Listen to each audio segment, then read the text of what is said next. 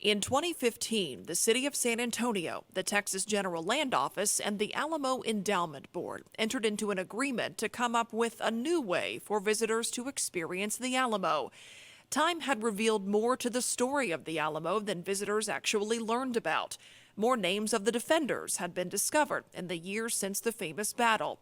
And the story of the Alamo prior to the likes of Davy Crockett or Jim Bowie and the people who were here long before them had been glossed over or left out.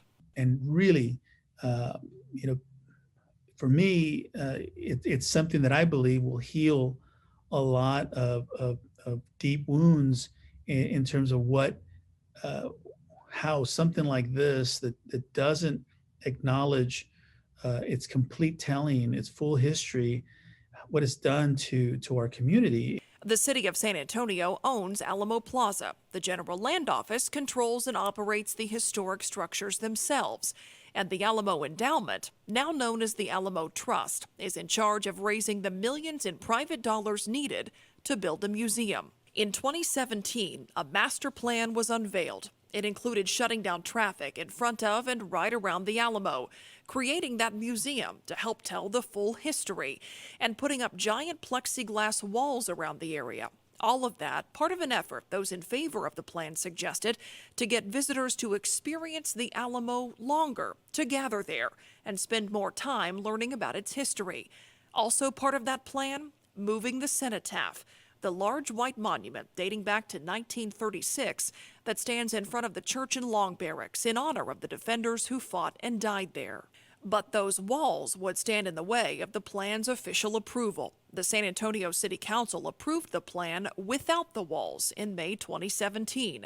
Some city leaders argued the walls would close off Alamo Plaza, making it feel restricted or creating a safety hazard in the event of an emergency. Bexar County Judge Nelson Wolf took issue with them, too. It cuts off the circulation. People coming down Houston Street or coming the other way with a wall there. You know, believe me, they didn't have a plexiglass wall in 1836. So the plan for the walls was tabled, but the battle brewing over the cenotaph would not come to such a swift end. In fact, it would last years. The redesign called for the cenotaph to be moved about 500 feet south of where it currently stands. In late 2019. And all in favor say aye. Aye. All opposed say nay. The cenotaph's new location was approved by the city's Historic and Design Review Commission. There were more than 200 public meetings to get community input on the Alamo plan. But the idea for the cenotaph sparked protests. The majority of the people in Texas have no idea that the Defenders Monument is going to be moved off of the battlefield. And there is no reason given except it's in the way, it has to be repaired, so we can only repair it by moving it, which makes no sense. Texas Lieutenant Governor Dan Patrick weighed in, opposing the moving of the cenotaph and saying the entire redesign plan was, quote, badly off track. He threatened to take the project away from the Texas General Land Office and give it to another agency. Things had taken a political turn. I think that there's been a misconception that this has been about one monument. And to be clear, there was never any controversy, at least locally, about the monument itself. The Citizens Advisory Committee unanimously voted in favor of relocating the cenotaph. The Management Committee unanimously voted. And the city council supported all this.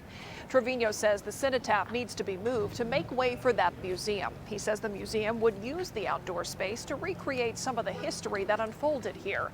The cenotaph sits on the historic footprint of the mission, which Trevino says wasn't known when it was built in 1936. There were also issues surrounding race and proper representation raised amid the redesign. A group representing indigenous people with a history tied to the Alamo long before the Battle of 1836 filed a lawsuit challenging the plans. You'll meet that group later in this episode, but their suit was later dismissed.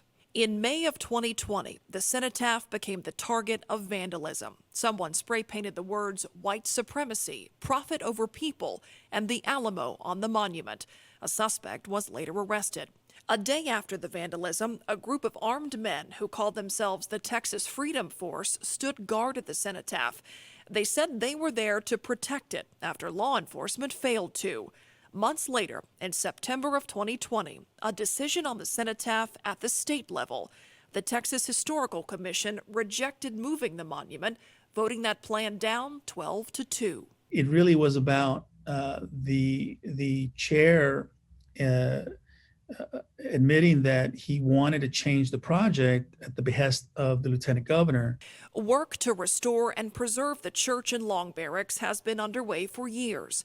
But that decision on the cenotaph left the majority of the plans at a standstill and caused the majority of the Alamo Trust, that group in charge of raising the millions needed to build the museum, to resign. What we're faced with now is a project that is highly politicized, and we're trying to work around that, trying to make sure that we don't lose our guiding principles. We don't lose the whole reason that we've tried to do this project, and most importantly, that we tell our story.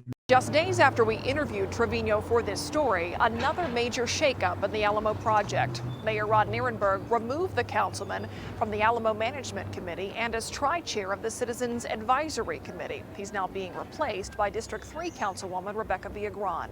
The mayor says removing Trevino is an effort to move forward on reworking the plans now that we know the cenotaph is staying put.